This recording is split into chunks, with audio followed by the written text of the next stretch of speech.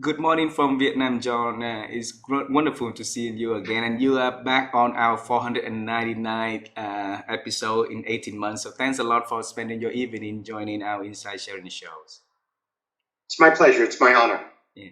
And John, my wife and I, we've been on the quest to help people to improve their ability to think, and you are one of the leading leader in thinking. So I asked you to join to share your thought on this topic, and let's start with the basic one.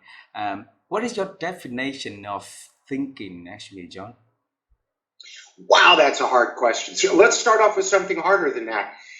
To me, thinking is the ability to look at a problem, and when I say problem, I mean a question from multiple angles, be able to apply different trains of thought to it, and to examine it more carefully, so that you have what I would call more of an informed position on it. Mm, So thinking is taking the time to be, I hate to say it this way, thoughtful mm. about what you are focused on.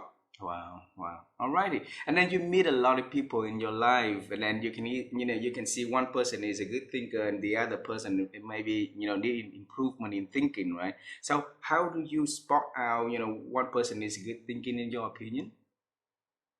I think it's because they come at questions from several angles. Not only do they look at it logically, Mm, but they also look at it emotionally. Then I think there's two other big ideas around this for me. I think one of the key strategies for being a great thinker is pattern recognition. pattern When you look at recognition. all the highest level people in the world who've achieved at a very high level, one of the reasons is they look at a broad amount of information, and then they're able to look through and find the patterns, the thread that runs through all of it. So I think pattern recognition is a big part of effective thinking. Mm, There's one couple of other things. Number two is not stopping at the first right answer. When mm, most of us go through school, we're taught that there's only one right answer. If you want to mm. get a high grade on the test, you have to get the right answer. And I believe that stymies some people's thinking, because they think, oh, I have a great idea. This must be the right one. Mm. Great thinkers look for the second or third or fourth right answer, and usually combine them to come up with a better answer, or the best possible answer. Then the last thing is, I think it's important to be as good at learning and growing and thinking Mm, as it is to unlearn, to mm. figure out the Wow. thoughts you had before that are no longer relevant, that no longer work, and Mm. have the intellectual courage to say, my thinking was flawed then, but my thinking might be a little bit better now. Wow, beautiful. So pattern recognition. Second is never satisfied for the first answer, looking for more answers, and then third one is a learning and the relearning process also, right? Wow.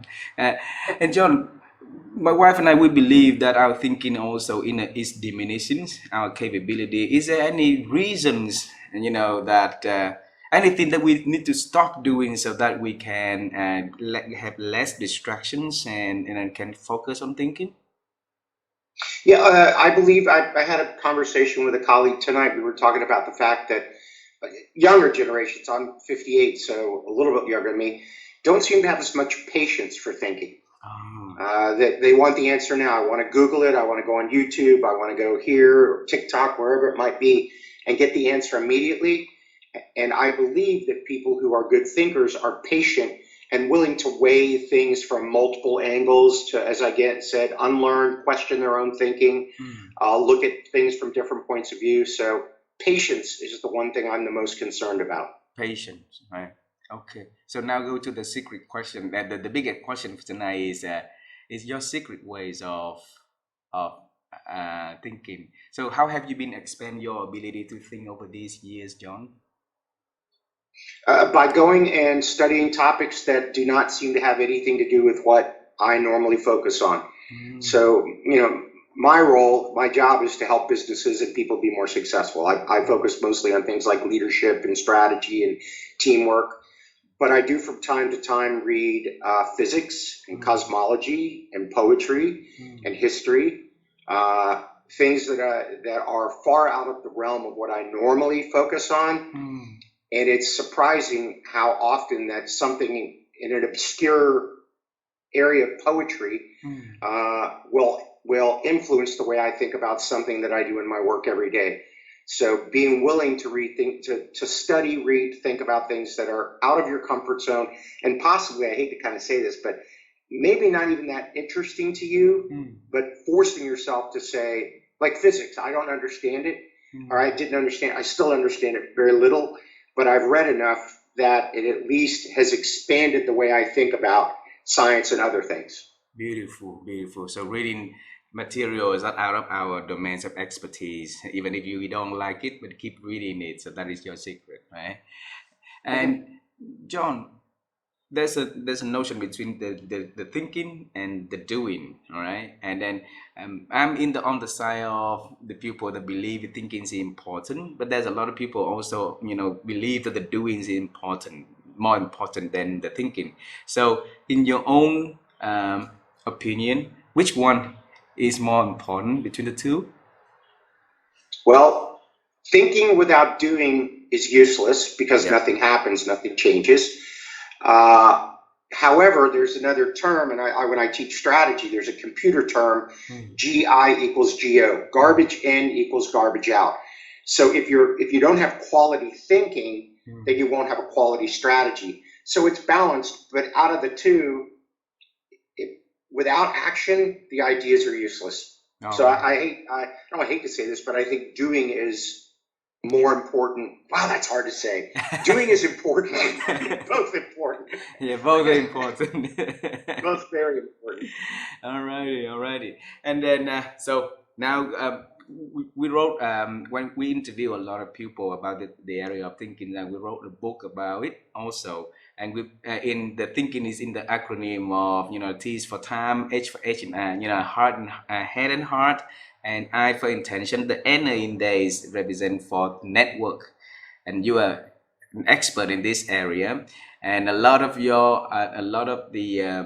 ideas also come in from your networks to help you grow the ability to think. So we want to hear from you. How can we help others to expand their networks in what way, so that it can help them to have more ideas and can grow their own thinking also, John? Well, a couple of ideas come to mind. First is what I would call confident humility. Confident That you humility. have to be, yeah, confident humility. In other words, you have to be comfortable that you're good at what you do, but approach it as a student, as Mm, always wanting to learn and grow. mm, So I want people to say, I've learned this, I've studied, I know a lot about it, but there's always more that I can learn. mm, Number two is the most important thing I've ever learned. I did a TED talk on this, and it is that you become what you focus on and like the people you surround yourself with. mm, So the key on networking is whatever you're thinking about, whatever you're reading, whatever you're studying, whatever you're learning, and whoever you choose to spend your time with mm, will pretty much determine what your life will look like a decade from now. mm, So from a networking standpoint, a couple of ideas. Number one is understand what you want to learn.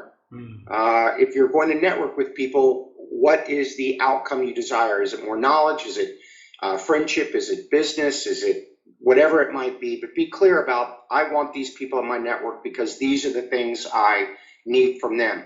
Now let me do something that's way more important is the key to networking is helping other people, Wow. period. Not asking for help, but it should be 90% give, and every now and then ask for some help or input advice. But networking is not about what can you do for me, it's what can I do for you, so we can create a trusting relationship and help each other. Beautiful. And it's, I just did a podcast interview earlier today, and I asked the interviewer this question: what's been great about the pandemic? That's Mm, a tough question. And he mentioned he spent more time with his family and had been a bit more focused. My answer was, and this, you and I talking is a classic example of this, is I've been able to expand my network mm, dramatically around the world because I have Zoom, and we can get on, you and I tonight. You're in Vietnam and I'm in Florida. Have a great conversation, learn from each other. I've got people, mentors are in my network in India, Canada, Australia, New Zealand, Vietnam.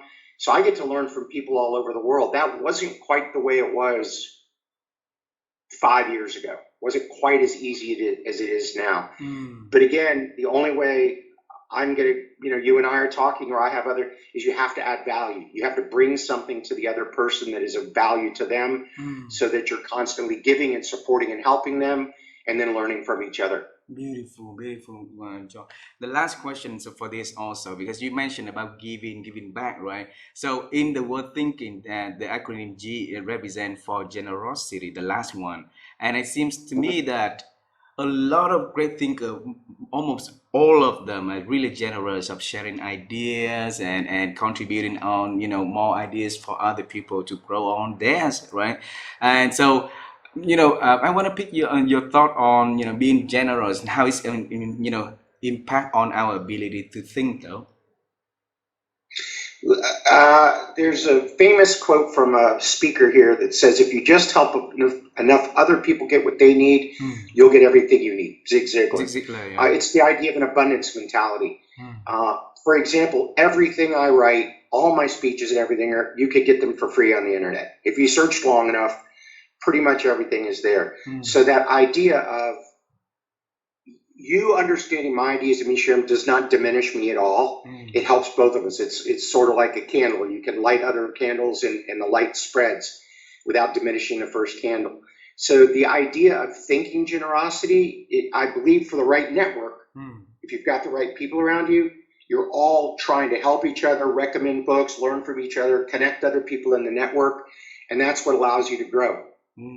Beautiful. So, John, I said it was a last question, but I have one more question. Is that okay? That's all right. All righty, my friend. So, you mentioned about the word right network. So, the word right is very important, right? So, what is the right network? What does it mean to you? To me, it means that I'm with people that are incredibly high integrity, that are honest and truthful and kind and loving. And that we have ideas and information that we can share to help each other, or that the two of us can help other people, or the 3 or 4 or 5 of us. I'm sure I'm not sure, but are you familiar with the idea of a mastermind group? Yes. Yeah. So I have a mastermind group that I met with last night. And what we were saying is it's wonderful to have a group of us that get together that share ideas, share experiences, help each other with our businesses, give each other personal advice.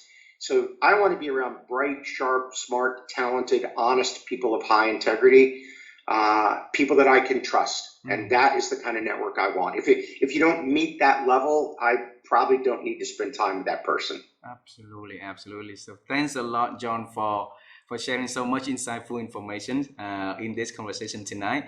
Please say hello to Sailor first and enjoy the holiday season with your family, with your loved ones. I hope to see you in person one day, my friend. All right? I hope so too, my friend. Thank you for allowing us to have this conversation. Thank you very much. Thank you very much. Have a wonderful evening, John. You too. I'm off to cook dinner for my